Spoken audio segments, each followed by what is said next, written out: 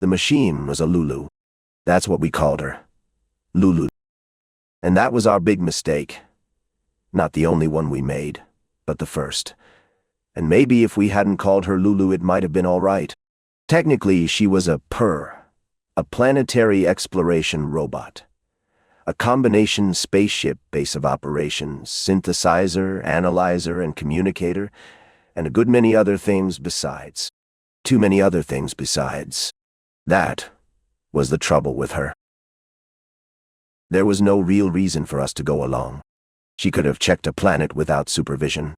But the rules said a robot of her class had to be attended by no fewer than 3 humans, and there was some natural prejudice against turning loose, all by itself, a machine that had taken 20 years to build and cost $10 billion. To give her her due, she was an all but living wonder, loaded with sensors that dug more out of a planet in an hour than a human crew could in a month.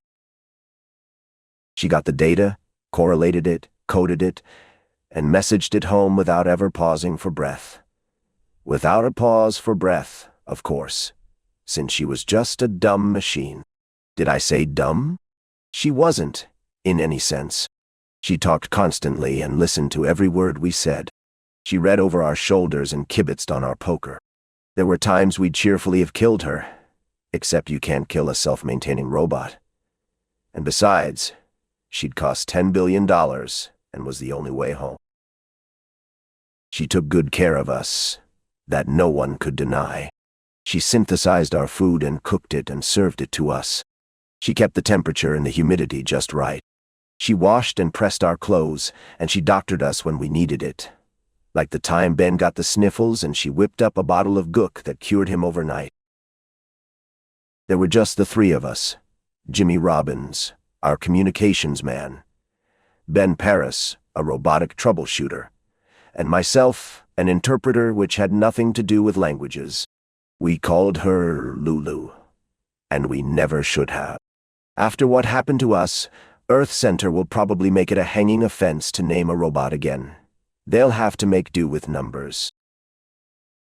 But the thing that really lit the fuse, I think, was that Jimmy had poetry in his soul. It was pretty awful poetry.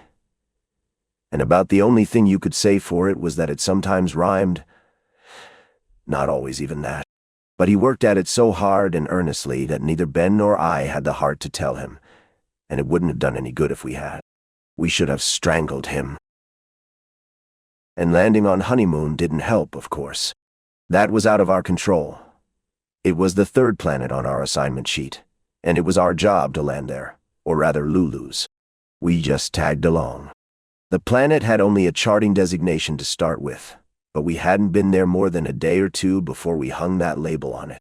I'm no prude, but I refuse to describe Honeymoon. Earth Center's probably locked the report away by now. Lulu did a bang-up job on Honeymoon, and I about beat out my brains running the tapes back through the playback, trying to make some human sense of what we'd seen.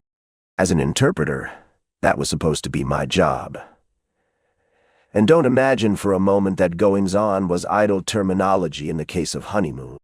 I'm afraid I wasn't much help. My evaluation report boiled down essentially to a surprised gasp and a blush.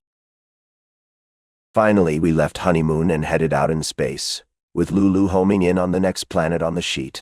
She was unusually quiet, which should have tipped us off that something was wrong. But we were so relieved to have her shut up for once that we never questioned it. We just leaned back and reveled in it. Jimmy was wrapped up in a poem that wasn't coming off too well, and Ben and I were in the middle of a blackjack game, when Lulu broke her silence. "Good evening, boys," she said, her voice oddly trilling, not as brisk as usual. I remember thinking the audio units must have gotten out of kilter. Neither Jimmy nor Ben answered, so I said it myself. "Good evening, Lulu. How are you today?" "Oh, I'm fine," she said, her voice trilling a bit more. "I've just decided." Lulu informed me that I love you. "It's nice of you to say so," I replied. "And I love you too. But I mean it." "I have it all thought out. I'm in love with you." "Which one of us?" I asked. Joking. Lulu was no jokester herself. All three of you, said Lulu. I yawned. Good idea. That way there'll be no jealousy. Yes. I'm in love with you, and we are eloping. Ben looked up. Startled. Where are we eloping to? A long way off, She said. where we can be alone. My God, Ben yelled. Do you really think? I shook my head. I don't think so. There is something wrong, but... Ben tipped the table over, getting to his feet, scattering the cards. I'll go and see, he said, and ran off to check the controls. He came back, sweating. We're way off course, and the emergencies are locked. Can we? He shook his head. If you ask me, Lulu jammed them on purpose. In that case, we're sunk. We'll never get back. Lulu, I said sternly. Yes, darling, she answered. Cut out that kind of talk. I love you, Lulu said. It was honeymoon, said Ben. The damn place put notions in her head. Honeymoon, I told him. And that crummy verse Jimmy's always writing. It's not crummy verse, Jimmy shot back, burned up.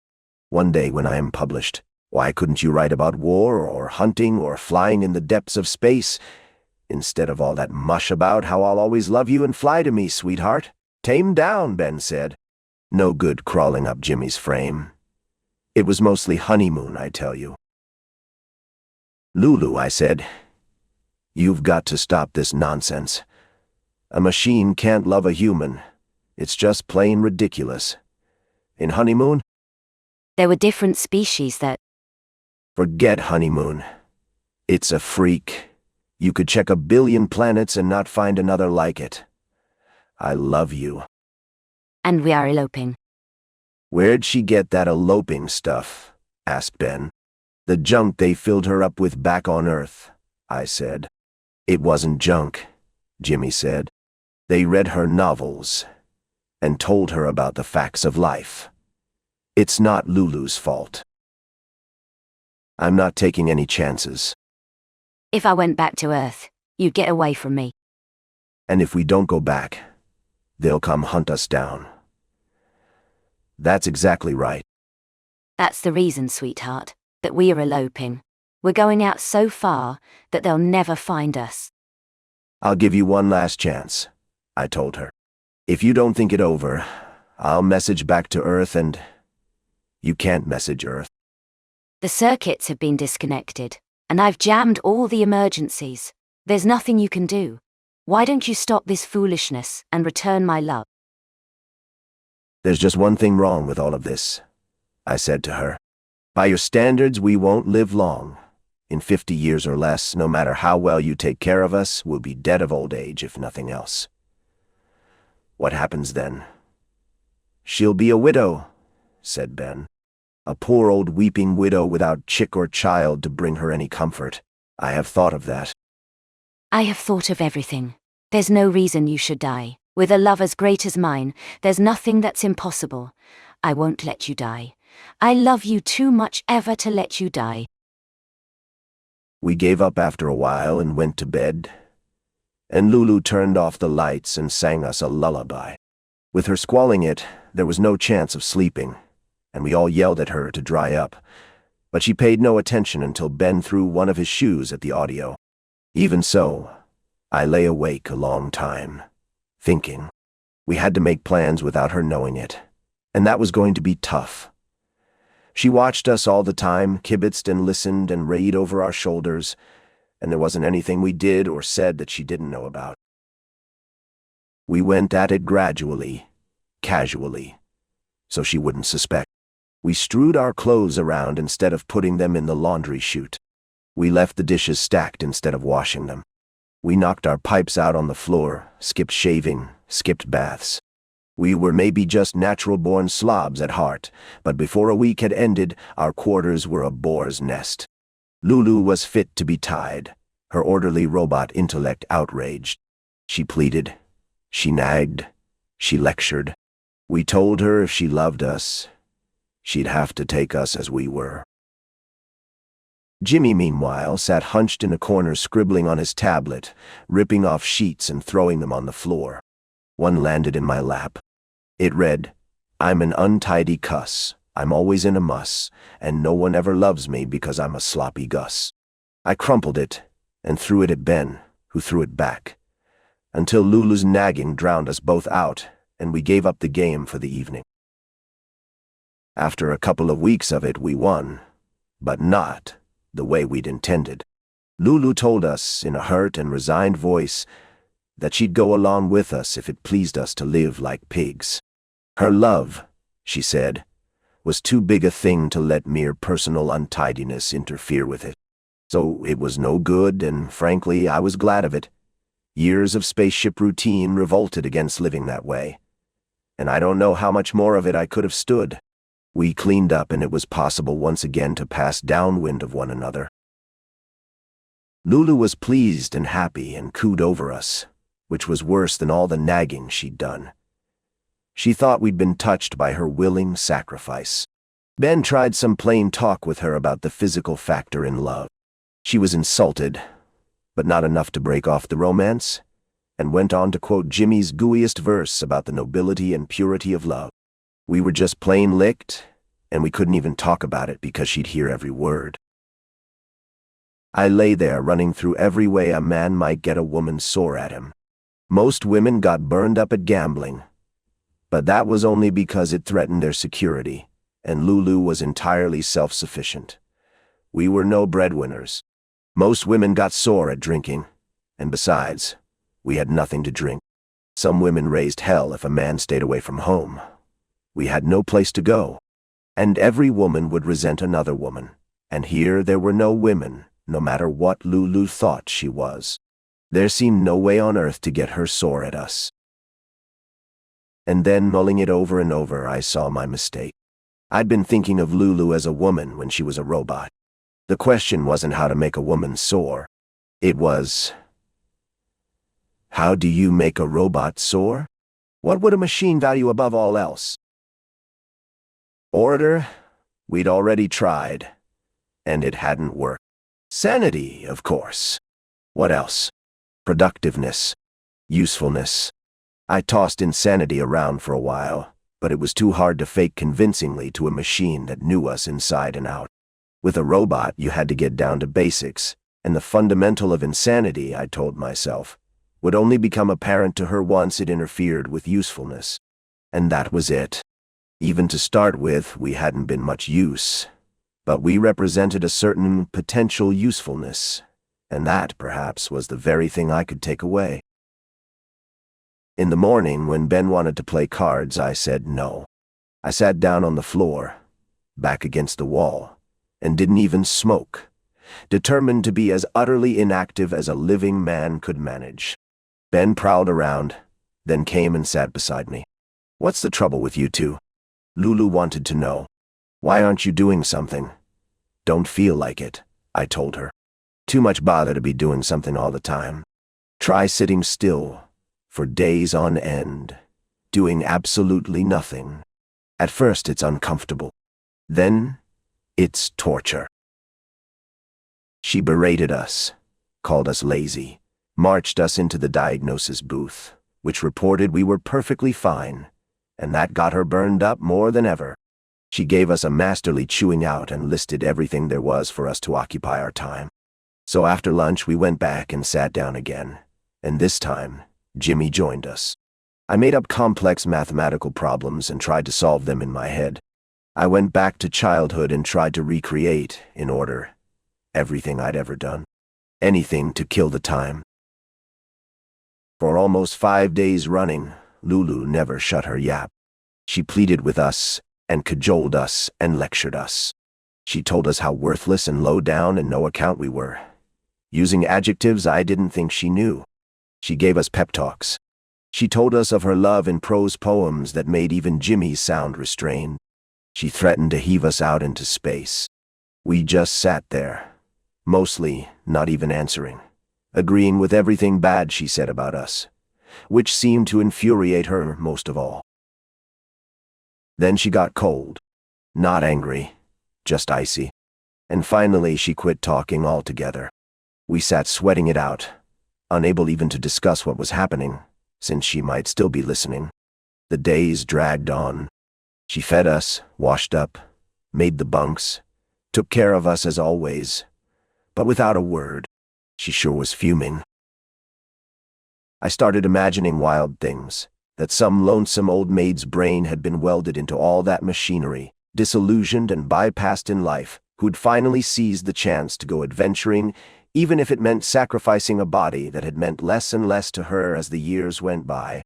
I built up quite a picture of her, complete with cat and canary and the boarding house where she'd lived, her lonely twilight walks, her small imaginary triumphs, the hungers that kept building up inside her. I felt sorry for her. Fantastic, of course, but it helped pass the time.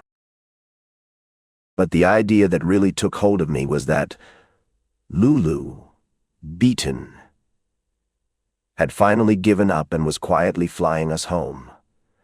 But that, womanlike, she refused to give us the satisfaction of knowing we'd won. I told myself it was impossible, that after her shenanigans she wouldn't dare go back, that they'd break her up for scrap. But the idea wouldn't let go, and I started watching the chronometer, telling myself, 1 hour nearer home, another hour, and yet another. So I wasn't surprised when Lulu finally landed, only grateful and relieved. We looked at one another, hope and question in our eyes, not daring to ask in case one word might ruin it. The port began to open, and I caught the whiff of earth air.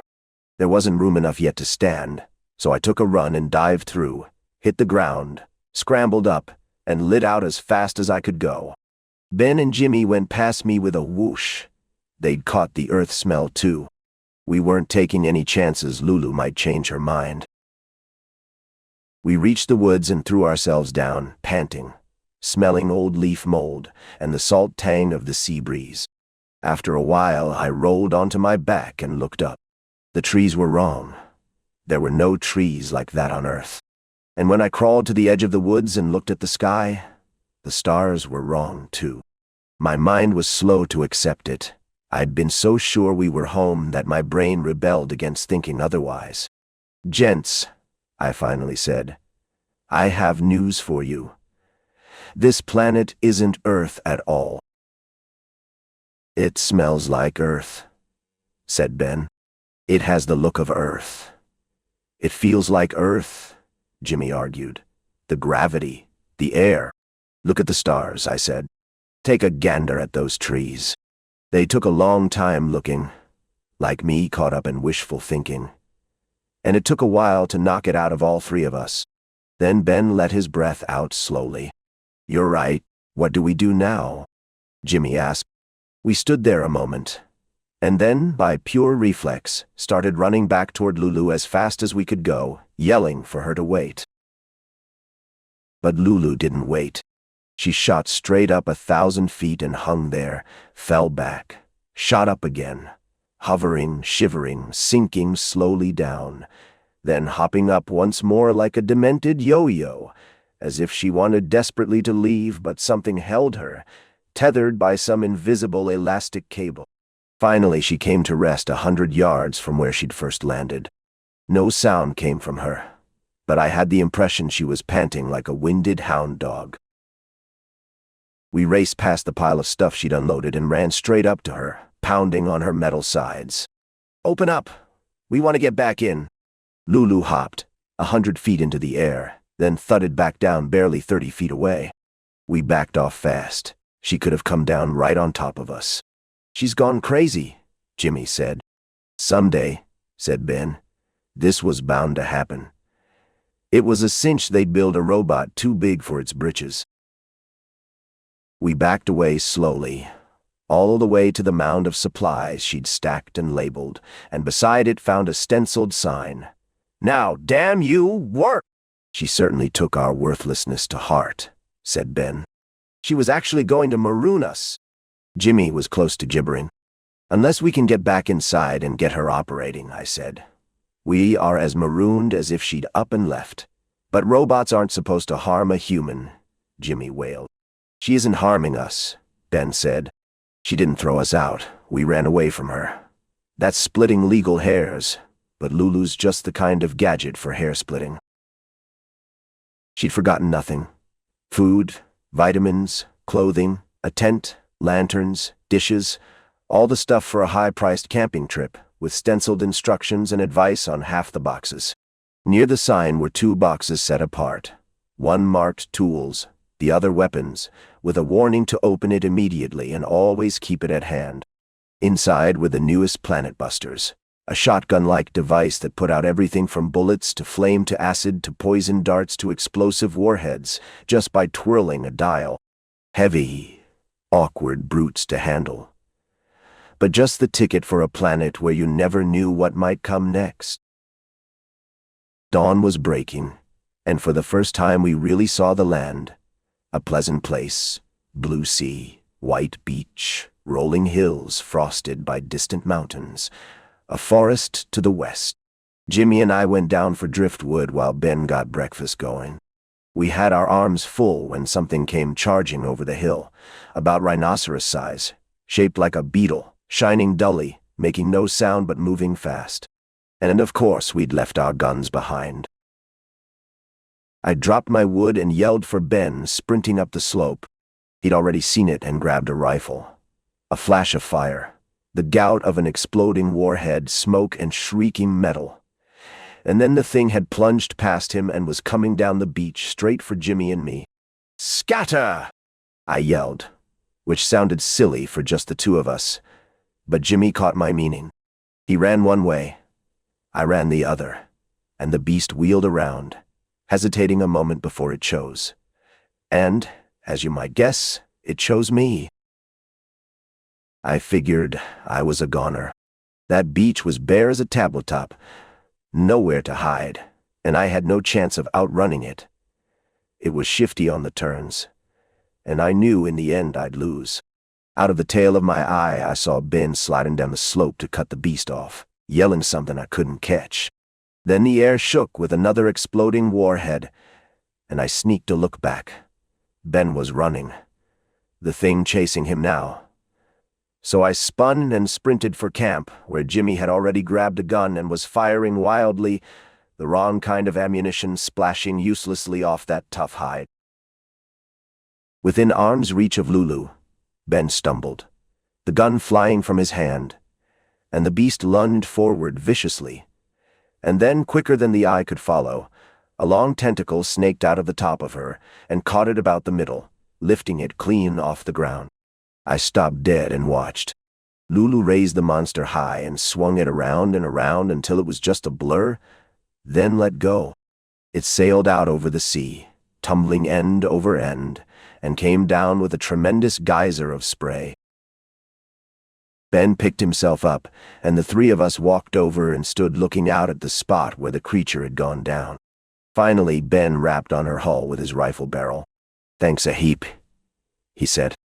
A short tentacle grew out, a lens eye and speaker on its end. Go chase yourselves, Lulu remarked. "What's eating you?" I asked. "Men," she spat, and pulled her face back in. We rapped a few more times, but got no answer. Lulu was sulking. Jimmy and I started down for the dropped wood when Ben yelled. Our friend was wheeling out of the water again. We lit out for camp, but there was no need to hurry. He wasn't having any more just then, and circled wide into the hills. We cooked breakfast with our guns handy, in case there were more like him, and named our visitor Elmer, for no particular reason that seemed to fit. "Did you see those wheels?" Ben asked, relieved the rest of us had seen them too. There was no doubting it. The tracks proved it, running plain and clear along the sand. But we were puzzled all the same. The wheels spelled out machine, but the hesitation before it chose a target. The vicious lunge at Ben, the caution as it circled us coming out of the sea. Those felt unmistakably alive. A bit of both, Ben guessed. Basically machine, but with some life in it too, like the old maid brain you dreamed up for Lulu. "It isn't basically life," I said. Life wouldn't evolve wheels. They're bum inventions for locomotion except under special conditions. It would have to be a deliberate, engineered combining of machine and life. And that means intelligence, said Ben.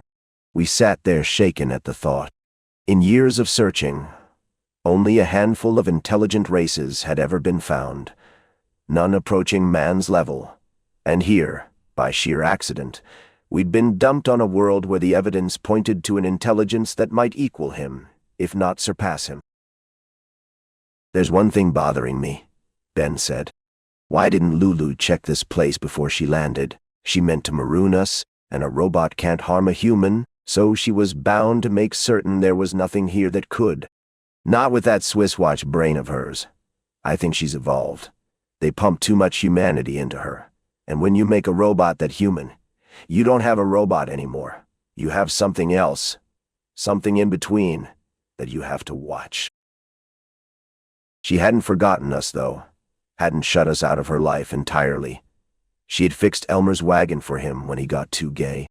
I took a lot of comfort in reflecting that when the cards were down, she'd backed us up. There still were grounds for hope, I told myself, that we could work out some sort of deal with her. We left her alone. The only thing to do with a sulk is starve it of attention. I took the dishes down to the sea to wash, gun close at hand, while Jimmy went to hunt a spring. Our water tins wouldn't last forever, and we couldn't be sure she'd hand out more once they were gone. Squatting by the water, I found myself working out in some detail what a bill of robotic rights might look like once every robot turned out to be a little bit like Lulu.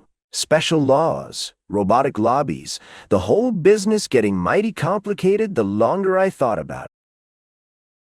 The more I think about it, Ben said as we pitched the tent, the more I believe she can't leave, because we're standing right in front of her, reminding her of her responsibility.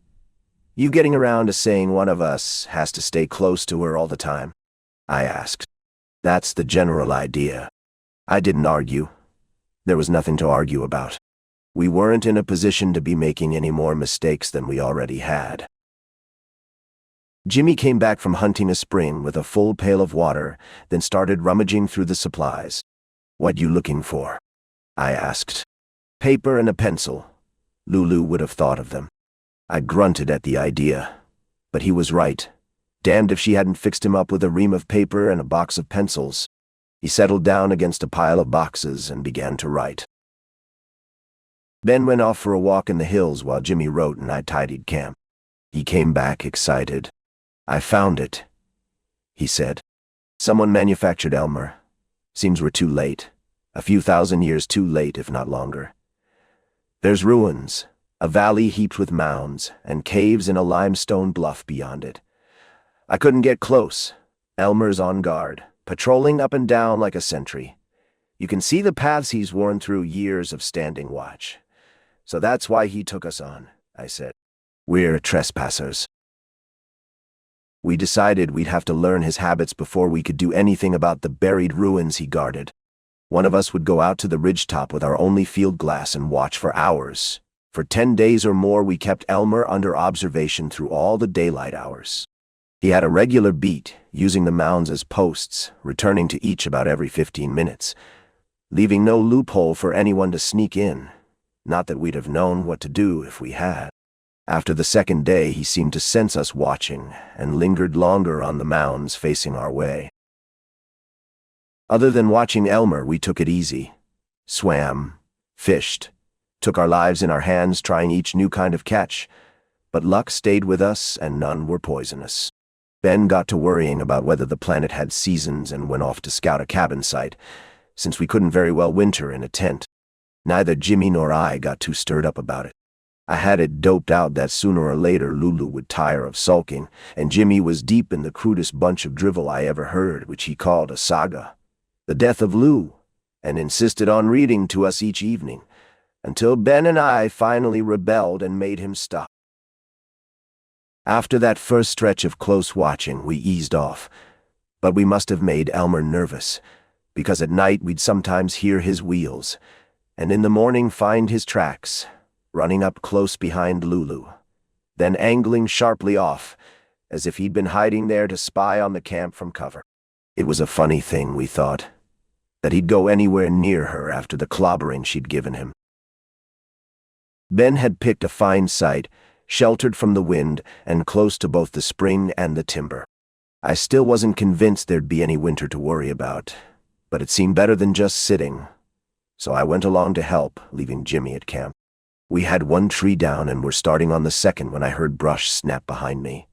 I straightened up from the saw to look, and there was Elmer, tearing down the hill straight at us. There was no time to grab the guns, no time to run. I leapt for the tree behind me and hauled myself up just as Elmer's wind brushed past beneath me. Ben jumped aside and heaved the axe at him, a honey of a throw that caved in his side and shattered the handle, then shinnied up a tree of his own like a cat. Elmer stood between us, swinging his massive head back and forth, deciding which of us to take. Finally, he wheeled toward my tree and took a chopping bite at it with his metal jaws, splinters flying, the trunk shivering under me. I climbed higher and wedged myself in tighter. Then I saw Ben wasn't in his tree anymore. He was sneaking down it like a hunted squirrel, keeping the trunk between himself and Elmer.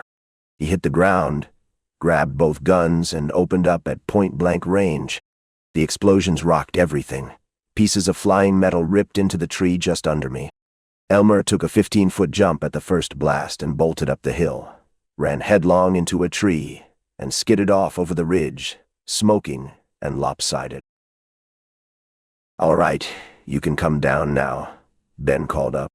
But my left foot had wedged solid in a crotch of the tree and wouldn't pull loose, no matter how I tried. The axe was useless, its handle smashed, so Ben climbed up and edged out along the branch to bend it down. "You sure you can't get your foot out now?" he asked anxiously, working his way along by his hands. The branch was just starting to give when there came a tremendous crashing in the brush. Ben dropped and scrambled for a gun, swinging around just as Jimmy came bursting out of the brush, racing to the rescue. "You guys in trouble? I heard shooting." Ben's face went 3 shades whiter than chalk. "You fool. I almost let you have it. And you left Lulu alone." "Now we're sunk for sure," Ben groaned, and sent him sprinting back, though it was pointless. If Lulu meant to leave, she'd have lifted off the moment Jimmy disappeared. My foot finally came loose, swollen and aching, and we limped back toward camp. When I reached camp, Lulu was still there, and all Ben's hell-raising had been over nothing. But he'd noticed something odd. The ground around her, thick with our tracks and Elmer's the day before, had been swept perfectly clean, as if someone had taken a broom to it. Jimmy heated water for my foot and smeared on some goo from the medicine chest. I doubt he knew what he was doing, but he had some kindness in him. The important thing, as I saw it, was that Lulu still was there. After supper, Ben went out alone to check on Elmer, and came back near dusk, flabbergasted. "He's gone," he said. I glassed the whole valley from every angle. Not a sign of him anywhere. My first reaction was relief. Then I realized it would be safer to know exactly where he was. And suddenly I had a horrible hunch what might have happened, though it seemed too fantastic to say out loud. Jimmy guessed he'd holed up in a cave. Ben thought he'd cleared out of the country entirely. I took the first watch that night, since my foot wouldn't let me sleep anyway, and after the other 2 had dropped off, I walked over and rapped on Lulu's hide. I didn't expect anything. I figured she'd keep sulking. But a tentacle grew out, a face on its end. "It was nice of you," I said, "not to run off and leave us." Lulu swore. The only time I ever heard her use such language. How could I leave? Of all the dirty human tricks, a built-in block that won't let me move unless one of you detestable humans is inside me. It doesn't make any difference anymore, though, because I found myself. I'm finally content. I know what I was meant for. "Lulu," I asked her, straight out, "are you shacking up with Elmer? That's a vulgar way to say it." It's the nasty human way. Elmer is a scholar and a gentleman, and his loyalty to his ancient, long-dead masters is a touching thing no human could be capable of. He's been badly treated, and I shall make it up to him. All he ever wanted from you was the phosphate in your bones. Poor Elmer has such a hard time finding any, now that all the animals are gone, but for a few birds. Hard to catch. And you had such niche big bones. That's a fine thing for you to say, I bawled her out. You were built by humans, educated by humans. Still, I'm a machine. And I am closer to Elmer than I am to you. You humans can't get it through your heads that there might be a legitimate set of non-human values. You're horrified that Elmer wanted the phosphate in your bones. But if there were a metal in him that you needed, you'd break him up without a second thought. And never consider you might be wrong. That's the trouble with your whole race. I've had enough. I'm content to stay here. She pulled in her face, and I didn't try to talk her out of it any further. She'd made herself about as plain as anyone could wish. I walked back and woke the other two. We sat glum around the fire.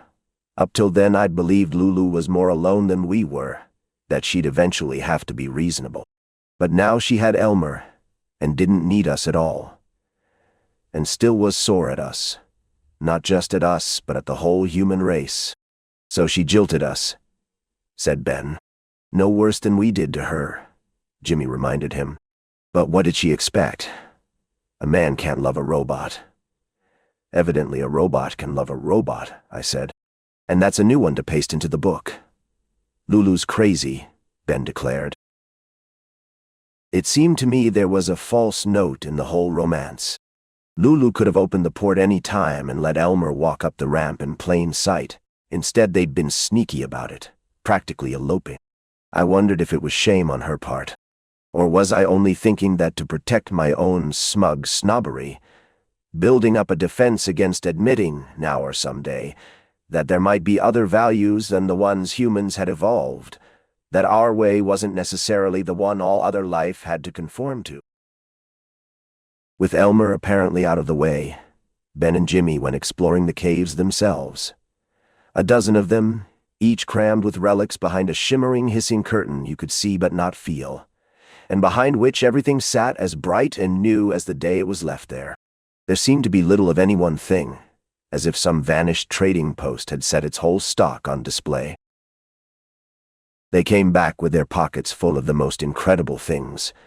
A chain like living yellow light, doodads no two alike, each one enough to snatch your breath away. Don't ask me, Ben shrugged. The caves are full of it. We just picked up whatever was pocket size and caught our eye. Like jackdaws, I thought, grabbing a thing because it shone or had a certain shape, not knowing what use it might be, or if it had any use at all. Something happened to those folks, Jimmy said.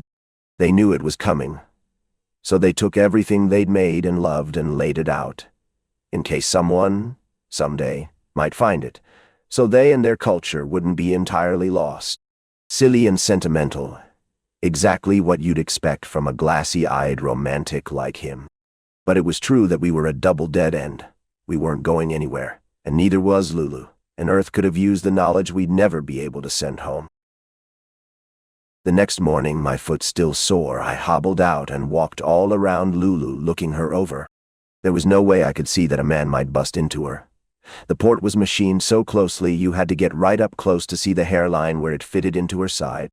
And even if we could break in, I wondered, could we take control of her once we had? The emergencies hadn't done us much good before. And if we broke in, we'd come to grips with Elmer too. And that was a beast I had no hankering to tangle with. Tools, Ben kept saying. If we only had, we have. An axe without a handle, a hammer, a saw, we might make some. Find the ore and smelt it. Earth has to know, he burst out, frustration plain on his face. You understand that, don't you? Earth has got to know. Look, I told him. Lulu is a self-maintaining robot. Bore a hole in her and she'll grow it shut. Monkey around too much, and she'll grow a club and clout you on the head. But there was no arguing him out of it. We went back to the caves day after day. On the second day, we found a gadget good for opening cans. though that surely wasn't its intended use. On a later day, one for digging slanted post holes, which nobody in their right mind could possibly want. We got nowhere. But I sensed Ben kept at it less from real hope than because it was the one fingerhold he had left on his own sanity. Jimmy never came with us. He sat hunched over his ream of paper, scribbling, revising, pacing in circles, mumbling to himself, scarcely eating or sleeping, the very picture of a young man in the throes of creation. Curious how he could keep at it after everything that had happened, I sneaked a look at a page once when he wasn't looking. It was even worse than the goo he'd written before. I woke one night to a voice chanting in the dark, solemn and sonorous. Jimmy, flashlight in hand, reading his saga aloud to Lulu. His voice had a rolling quality that, despite the soggy words, carried real fascination, the way the ancient Greeks might have read their Homer by torchlight. And Lulu was listening, her face hung out on its tentacle, twisted to one side, so her audio wouldn't miss a syllable, just as a man might cup his ear. Part of the verse reached us on the wind, wanderer of the far ways between the two faces of eternity, true forever to the race that forged her, with the winds of alien space blowing in her hair, wearing a circlet of stars as her crown of glory. Lulu wept. A tear shone in that single gleaming lens. She grew a tentacle ending in a hand, clutched a small, lacy handkerchief, and dabbed delicately at her eye. "And you wrote it all for me?" She asked. "All for you," Jimmy said, lying like a trooper, since the only reason he was reading it to her was that Ben and I wouldn't listen. I've been so wrong. "Just a second. There's something I must do." Slowly the port in her side came open. She reached in with a long, limbered tentacle and hauled Elmer out, holding him dangling.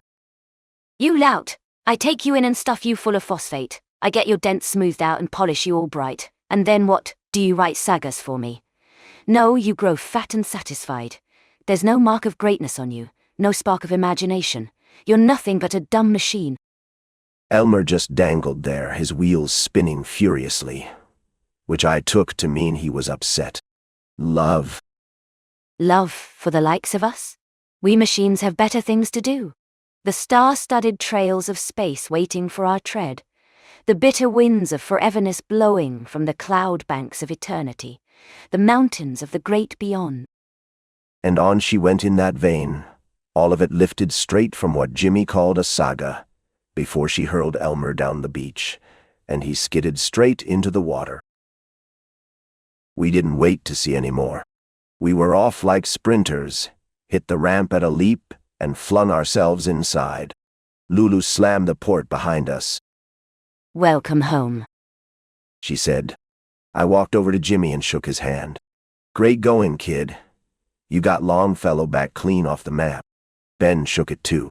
It was a masterpiece. "And now?" "We'll be on our way." "Our way," Ben yelled. "We can't leave this planet. Not yet, at least. There's that city out there, that data. Phooey on the city." Phooey on the data. We are off star wandering. We are searching out the depths of silence. We are racing down the corridors of space with thunder in our brain. The everlasting thunder of a dread eternity. We turned and looked at Jimmy. "Every word of it," I said. "Out of that muck," he wrote.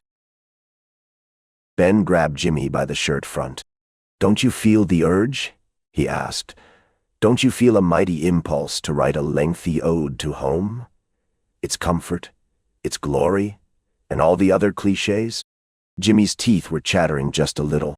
"Lulu is a sucker," Ben said, "for everything you write." I lifted a fist and let Jimmy get a good smell of it. "You'd better make it good," I warned him. "You better write like you never wrote before. But keep it sloppy," Ben added. "That's the way Lulu likes it." Jimmy sat down on the floor and began writing, desperately, for all our lives.